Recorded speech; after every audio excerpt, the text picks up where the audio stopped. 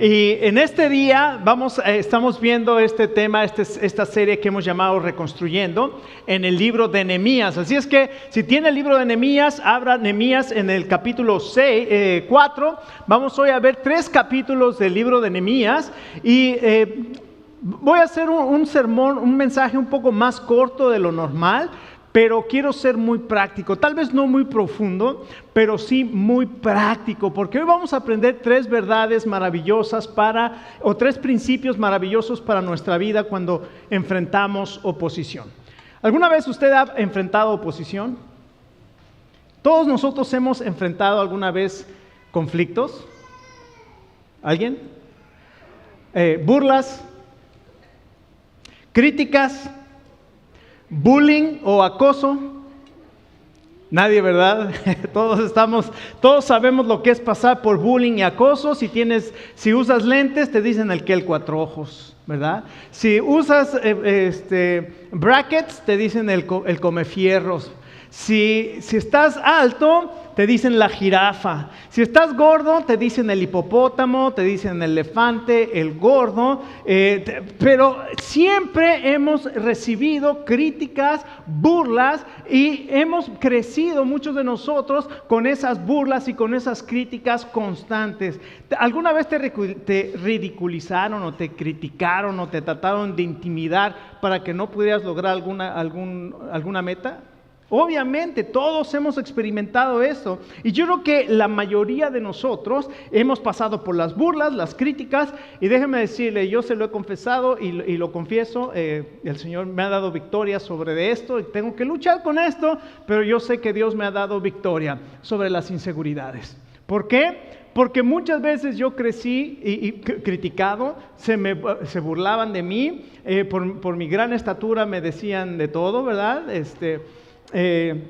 Entonces uno crece y va recibiendo todas estas cosas, y llega un momento en que tú ya no quieres opinar o hablar o decir algo porque se van a burlar de ti, te van a ridiculizar. Y entonces yo crecí con muchas inseguridades, pero la Biblia nos enseña que nosotros podemos enfrentar y vencer la oposición confiando en Dios, porque Él nos da la sabiduría, Él nos da la fortaleza para enfrentar y para vencer la oposición. Amén. Vamos entonces hoy a aprender 3 principios de cómo enfrentar y vencer la oposición. El mensaje de este día se llama Venciendo la oposición. Le voy a pedir si se pone de pie un momento. Vamos a leer algunos versos en el capítulo 4 de Nehemías, y dice la palabra de Dios así en el verso 1 del capítulo 4: cuando oyó Sanbalat que nosotros edificábamos el muro, se enojó y se enfureció en gran manera e hizo escarnio de los judíos. O sea, se enojó, quiso intimidar y después se burló de los judíos. Y dijo, y habló delante de sus hermanos y del ejército de Samaria y dijo: ¿qué hacen estos qué? Débiles judíos. Ahí está otra vez el ridículo. Se les permitirá volver a ofrecer sus sacrificios, acabarán en un día, o sea, no se dan cuenta que esto no se puede hacer. Resucitarán de los montes del polvo y de las piedras que fueron quemadas. Y estaban junto a él Tobías el amonita, el cual dijo: lo que ellos edifican del muro de piedra, si se sube una zorra lo derribará. Ahí está la crítica y la burla y el sarcasmo. Verso 4: oye, oh Dios nuestro, que somos objeto de su menosprecio, y vuelve el baldón de ellos sobre su cabeza y entrégalos por despojo en la tierra de su cautiverio. Verso 6 dice: edificamos pues el muro, fíjese, con todo y críticas y con todo y burlas y sarcasmo y oposición, dice el verso 6, que edificamos pues el muro, y toda la muralla fue terminada hasta la mitad de su altura, porque el pueblo tuvo ánimo para trabajar. ¿Pero creen que lo iban a dejar tranquilos? No. Pero aconteció que oyendo Sanbalat y Tobías y los árabes, los amonitas y los de Asdod, que los muros de Jerusalén eran reparados porque ya los portillos comenzaban a ser cerrados, se encolerizaron mucho y conspiraron todos a una para venir a atacar Jerusalén y hacerle daño. Entonces oramos a nuestro Dios, y por causa de ellos pusimos guarda contra ellos de día y de noche. Vamos a orar. Padre, gracias que en este día podemos escuchar tu voz, y gracias por tu palabra. palabra, Señor, que nos habla a nuestro corazón. Pedimos que tu Espíritu Santo sea el que nos enseñe y te damos las gracias, Señor, porque tú nos conoces y sabes cuál es nuestra necesidad. Queremos escuchar tu voz, en el nombre de tu Hijo Jesús oramos. Amén. Tome asiento. Fíjese que la oposición y los obstáculos siempre son parte de nuestra historia, de la historia de cada uno de nosotros. Pero también escuche esto: si no hubiera oposición y si no existiera si no hubiera todas estas obstáculos que tenemos que enfrentar, tampoco existiría la posibilidad de experimentar la victoria, y entonces no tendríamos una historia que contar. ¿No es así? Si yo no experimento oposición, ¿cómo puedo experimentar la victoria? Y en cambio, Dios permite la oposición en nuestra vida para que podamos experimentar su fortaleza en nosotros y podamos vencer y podamos dar testimonio, que es lo que estamos viendo que Nehemías está haciendo para animar al pueblo. Recuerde, la tarea de Nehemías fue que cuando él escuchó que la ciudad de Jerusalén estaba en ruinas y las puertas quemadas y las murallas destruidas, la Biblia dice que él oró, primero lloró, se sentó, lloró, ayunó y oró, y después Dios le dio sabiduría y gracia, pidió lo que se necesitaba ante el rey. El rey le dijo: veas lo que Dios ha puesto en tu corazón. Fue y comenzó a reconstruir las murallas de Jerusalén. Pero la semana pasada vimos que fue algo más que solamente las murallas lo que reconstruyó Nehemías. ¿Se acuerda qué fue? La fe de un pueblo que estaba derrotado. Nehemías no fue solamente a levantar las murallas, sino Nehemías fue a animar y a avivar y a reconstruir la fe de un pueblo que estaba derrotado y desanimado. Y esta tarde yo espero, y es mi oración, que Dios pueda hablar a nuestro corazón para que si tu fe está desanimada, para que si te sientes derrotado, el día de hoy puedas saber que la oposición, que la crítica, que el sarcasmo, que todas estas cosas pueden aparecer sobre tu vida, y sin embargo Dios te da el poder para vencer y para salir adelante. Entonces vemos aquí que lo que Nehemías fue reconstruir entonces la fe de todo un pueblo que estaba desanimado y que estaba frustrado. Así es que no importa cómo estés en este día, el Señor Jesucristo vino a restaurar y Él vino a animarte a ti y a mí. ¿Se acuerdan lo que dice Juan 10:10? El ladrón no vino sino ¿para qué? Robar, matar y destruir. Entonces tal vez tu vida, tú sientes como que tu vida está destruida, tu fe está faltando, hay tantas cosas que tal vez tú sientes que no has podido salir adelante, pero lo que dijo el Señor Jesucristo ahí mismo en San Juan 10:10, la segunda parte de ese versículo es: yo he venido a que tengan ¿qué? Vida y vida en abundancia. Así es que nosotros tenemos esa promesa del Señor, que Él puede reconstruir nuestra vida. Tú tal vez has tratado de reconstruir tu vida personal y recobrarte los hábitos destructores, yo no sé, el alcoholismo, la drogadicción, la pornografía, la inmoralidad, el chisme, yo no sé, pero Dios sí sabe, y cada uno de nosotros sabemos en qué hemos luchado y cuál ha sido ese hábito, esa forma de pensar de la que nos hemos querido recobrar, y sin embargo parece que cada vez que quiero hacerlo algo sucede y entonces me siento derrotado y me siento frustrado. Sin embargo, recuerda lo que vimos la semana pasada, vimos algunos principios sobre la reconstrucción y cómo salir de la ruina. Y vimos que tenemos que buscar a Dios con todo nuestro corazón. Tenemos que evaluar nuestras circunstancias y ser honestos con nosotros mismos, y después tomar acciones específicas. Y escucha, ya Dios hizo todo por nosotros en Jesucristo. Ahí en Él tenemos la victoria. Así es que esto fue lo que hizo Nehemías, y lo que pasó es que la fe de todo un pueblo que estaba desanimado y frustrado fue avivado. Y déjame decirte, no importa cómo estés en este día, el Señor Jesucristo te ama y Él quiere restaurar tu vida y quiere darte vida abundante. Y escucha, Dios quiere avivar tu fe. Dios quiere avivar mi fe. Dios quiere avivar nuestra fe y quiere avivar y restaurar y reconstruir a una iglesia que tal vez está afectada por todo lo que ha sucedido en los últimos 18 meses.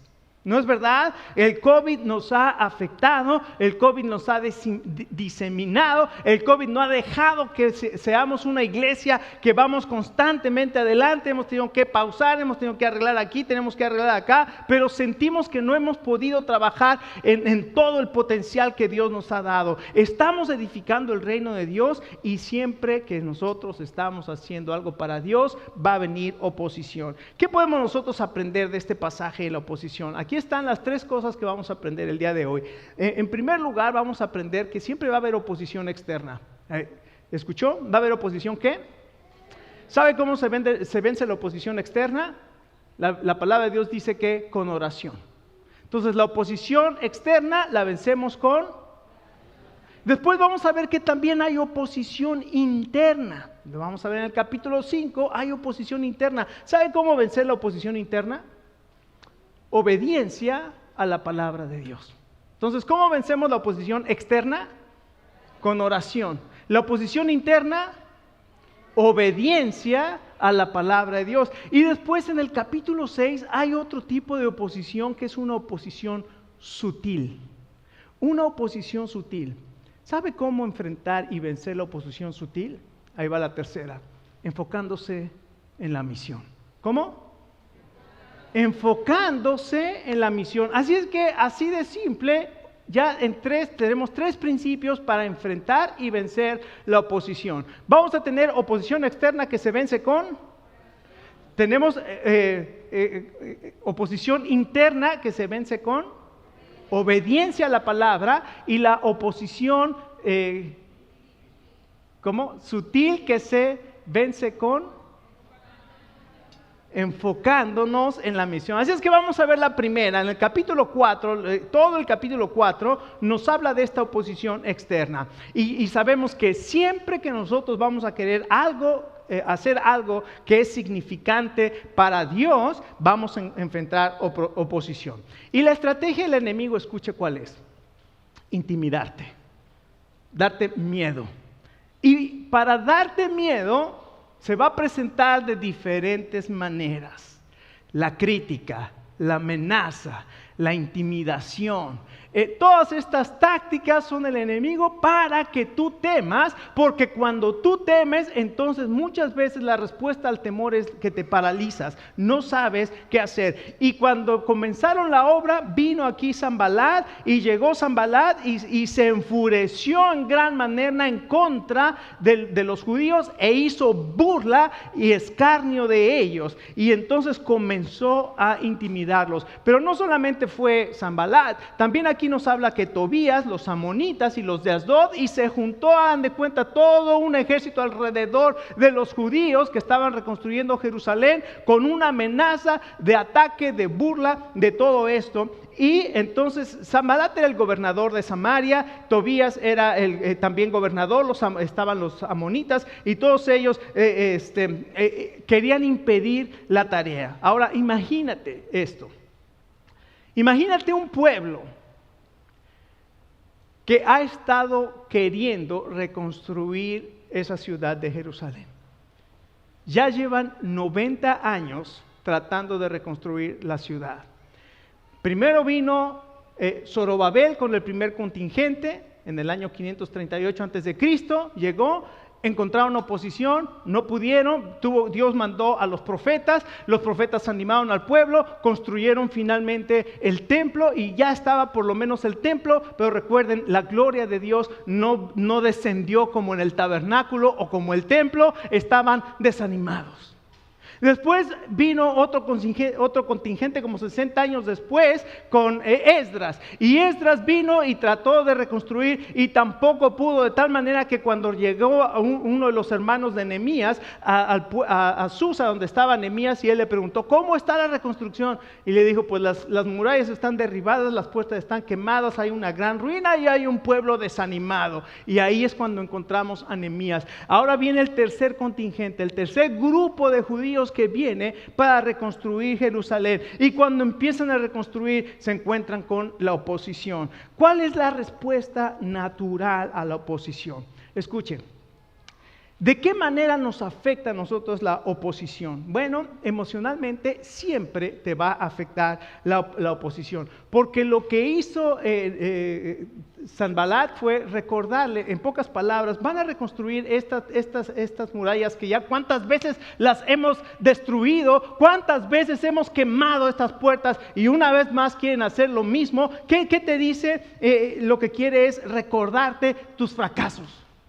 ¿Alguna vez has fracasado? Y luego cuando intentas hacer algo te da temor volver a fracasar.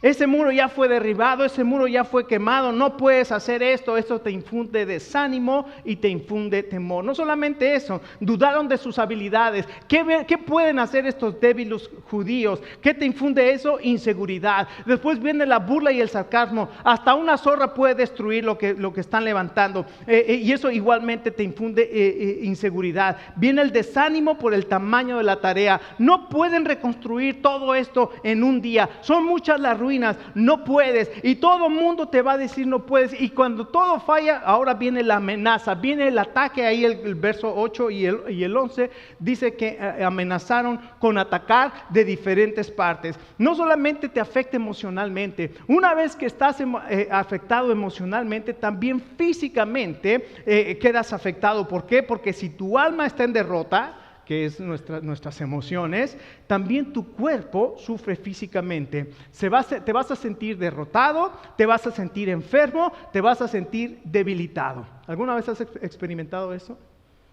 Todos nosotros experimentamos eso. Es más, yo creo, esto es solamente Alex hablando, que muchas veces nosotros buscamos la enfermedad como escape a nuestra situación emocional. Tengo que encontrar algo que justifique el por qué me siento impotente, por qué no puedo hacer, por qué a lo mejor estoy enfermo. Y entonces siento debilidad, siento tantas cosas. Escucha, si tu alma está derrotada, entonces vas a encontrar un pretexto. Y escucha, los científicos en el siglo XX decían que la mayor parte de las enfermedades eran causadas por los virus y las bacterias. Si ahora tú buscas cuál es la mayor causa de las enfermedades en el siglo XXI, ¿sabes cuál es? El estrés. El estrés y la preocupación. Nosotros vivimos tan estresados que ahora, no sé si has escuchado ese término de una enfermedad psicosomática. ¿Qué es una enfermedad psicosomática? Es una enfermedad donde no tienes absolutamente nada físicamente, pero te sientes enfermo. Una enfermedad psicosomática es cuando te checan la presión, cuando te checan el corazón, todo está bien, pero tú sientes que estás teniendo un ataque al corazón. Te falta el aire, sudas, todo te pasa, pero no hay todo está bien. Eso que es el resultado de presión, de estrés que se manifiesta en algo físico. Así es que el estrés y la preocupación, ¿sabe qué hace el estrés y la preocupación? Te roba la paz, te roba el gozo y además de todo eso te roba la salud. ¿Sabes que las personas que viven preocupadas y estresadas son más propensas a sufrir depresión alta, de ataques al corazón, de embolias, de úlceras, de enfermedades digestivas y desórdenes de ansiedad? ¿Ya te preocupé? Estaba diseñado para eso. Escucha, muchas veces tú y yo vamos a encontrar oposición en nuestro caminar, pero Jesucristo, cada uno de nosotros que hemos aceptado a Jesucristo como nuestro Salvador, hay un himno que cantamos que nos encanta, que dice: he decidido seguir a Cristo. He decidido seguir a Cristo. He decidido seguir a Cristo. No vuelvo atrás, no vuelvo atrás. Escucha, Cuando tú y yo hemos decidido seguir a Jesucristo, la oposición va a venir, las críticas van a venir, los temores van a venir, la ansiedad se va a presentar. Todo esto se va a presentar para que nosotros dejemos nuestro caminar en Cristo. Pero la palabra de Dios dice en Hebreos 10 que nosotros no somos de los que retroceden, sino de los que tienen fe para la preservación del alma. Así es que nosotros vamos a, como dice Hebreos capítulo 12, vamos a poner nuestros ojos en Jesús, que es el autor y consumador de la fe, y vamos a correr la carrera que tenemos por delante. Vamos a seguir caminando hacia el Señor Jesucristo. Y escucha, cuando estés pasando por en medio de problemas emocionales, cuando estés en medio del desánimo, cuando estés temeroso por la pandemia que estamos viviendo, escucha, el Señor Jesucristo dijo: vengan a mí todos los que están trabajados y cargados,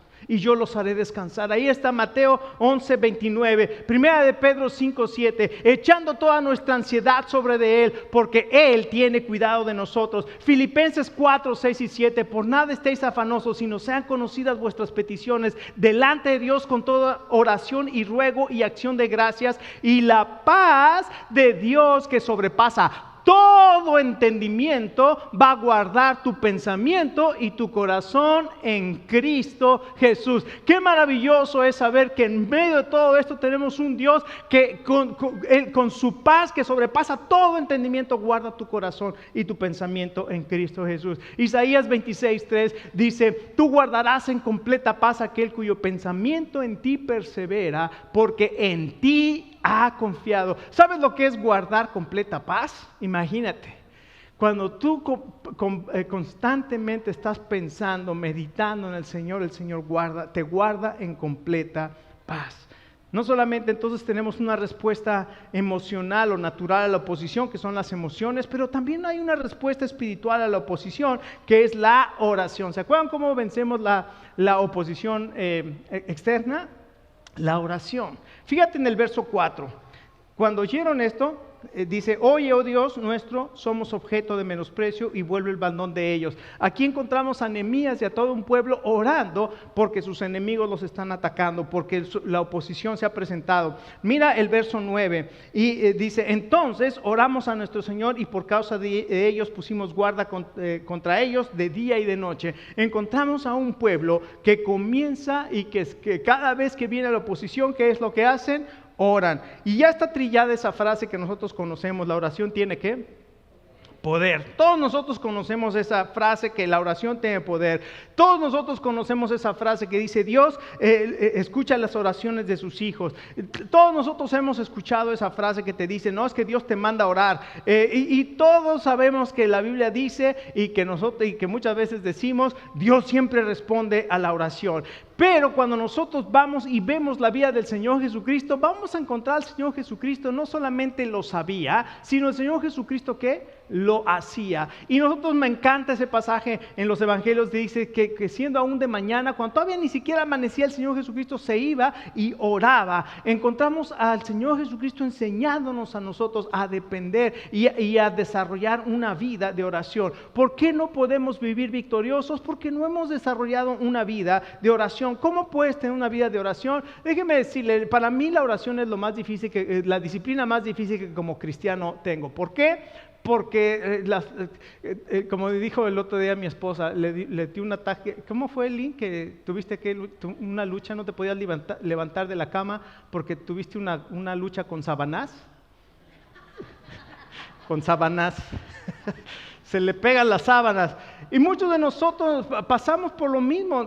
Es difícil desarrollar esa disciplina, pero escuche, cuando tú tienes y haces una lista de oración y comienzas a apuntar tus motivos de oración y lo pones por lunes, martes, miércoles, jueves, viernes, sábado y domingo, ya sabes por lo que vas a orar, y es mucho más sencillo. No quiero decir que es sencillo, pero por lo menos ya sabes por lo que vas a orar y puedes empezar una disciplina de oración, y te vas a dar cuenta que si tú lo haces una semana, la siguiente semana va a ser más fácil, la tercera semana ya desarrollaste una disciplina. Qué maravilloso es que nosotros podemos poner en práctica las cosas tan sencillas que la palabra de Dios nos enseña. Y finalmente, lo que hizo Nehemías cuando comenzaron a atacarle fue simplemente orar. Bueno, ya vimos que oró, pero Nehemías nunca se detuvo en su acción.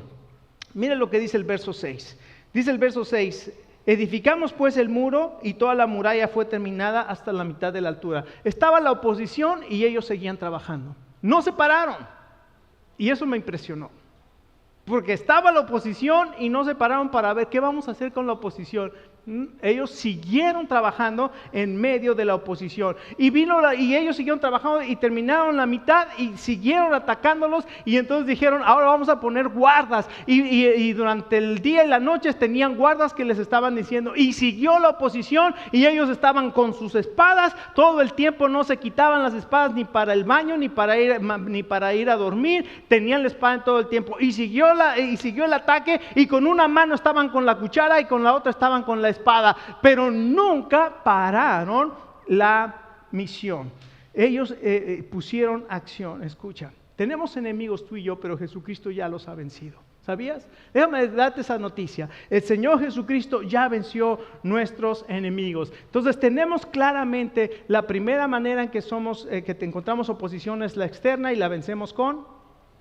La segunda manera en que nosotros enfrentamos oposición es la interna. En el capítulo 5 encontramos algo muy, muy tremendo.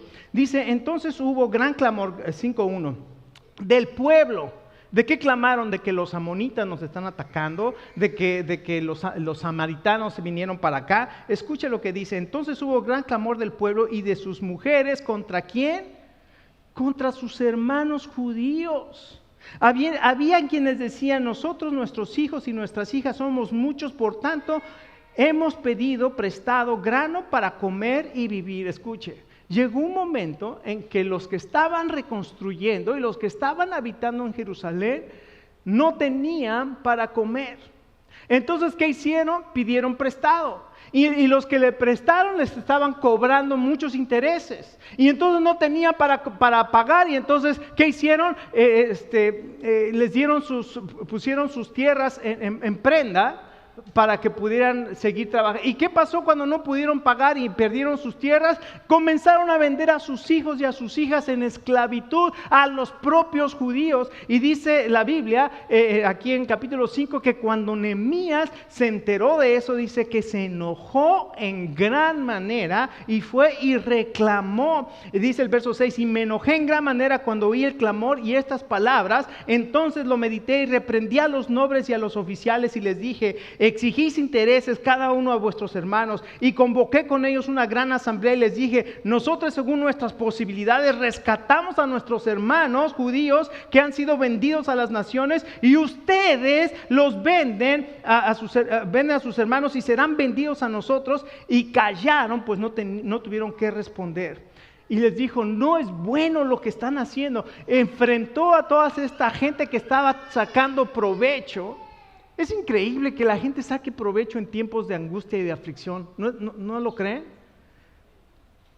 En México, en 1985, hubo un temblor que destruyó una gran parte de la Ciudad de México. Nuestra iglesia, como muchas iglesias, comenzamos a llevar ayuda, llevábamos ropa, llevábamos cobijas y llevábamos todas estas cosas a las personas que estaban sufriendo. Y era increíble que llegabas a esos lugares y la gente te decía, por favor no se lo des a ellos porque ellos lo reciben y luego nos lo quieren vender.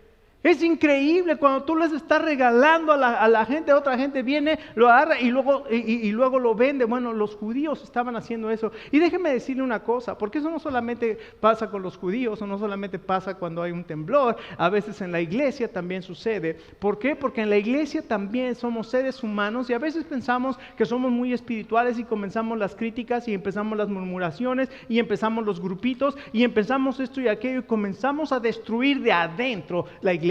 Y ese ataque es el más peligroso para una iglesia. El ataque externo generalmente hace que nos unamos, pero el ataque interno hace que nos dividamos. Entonces tengamos mucho cuidado, porque lo que la palabra de Dios dice en Deuteronomio capítulo 23, le dice al pueblo, está en la ley, no cobres intereses por los préstamos que hagas a otro israelita. Se los dice claramente y viene Nehemías y los reprende, y ellos entonces vencen la oposición interna ¿con qué? Obediencia a la palabra de Dios. Cuando nosotros somos obedientes a la palabra de Dios, vamos a quitar esa oposición interna. Recuerde que como iglesia nosotros debemos de ser una comunidad sanadora, pero a veces las iglesias se dividen porque hay un grupo de personas que comienzan a criticar lo que se hace o lo que no se hace y se comienza a dividir porque una persona o grupo de personas se sienten que son tan santas que pasan condenando a los demás que no son como ellos. Tenemos que tener mucho cuidado. Y en tercer lugar, la oposición sutil. ¿Cómo se conquista? ¿Se acuerda? Enfocado en la misión. Capítulo 6. Dice, cuando oyeron Sanbalat y Tobías y Gesem el árabe y los demás de nuestros enemigos que yo había edificado el muro, y aunque no quedaba en el portillo, hasta aquel tiempo no se habían puesto hojas en las puertas, Sanbalat y Gesem enviaron a decirme, ven, reunámonos en alguna de las aldeas en el campo de Ono, mas ellos habían pensado hacerme mal. Escuche, Nehemías sabía que este par o este grupo de personas no querían el bien para el pueblo, ni para Nehemías. Y como no les hacía caso y como ya veían que seguía la reconstrucción, lo mandaron llamar. Y le dijeron, vamos acá, vamos a arreglar la situación, te invitamos a comer. Escuche lo que, y aquí está lo impresionante. Vea el verso 3 conmigo. Dice, y les envié mensajeros diciendo, ¿qué? Yo hago una gran obra y no puedo ir porque cesaría la obra dejándola yo por ir a vosotros. ¿Cómo vencemos la oposición sutil? Enfocándonos en la misión.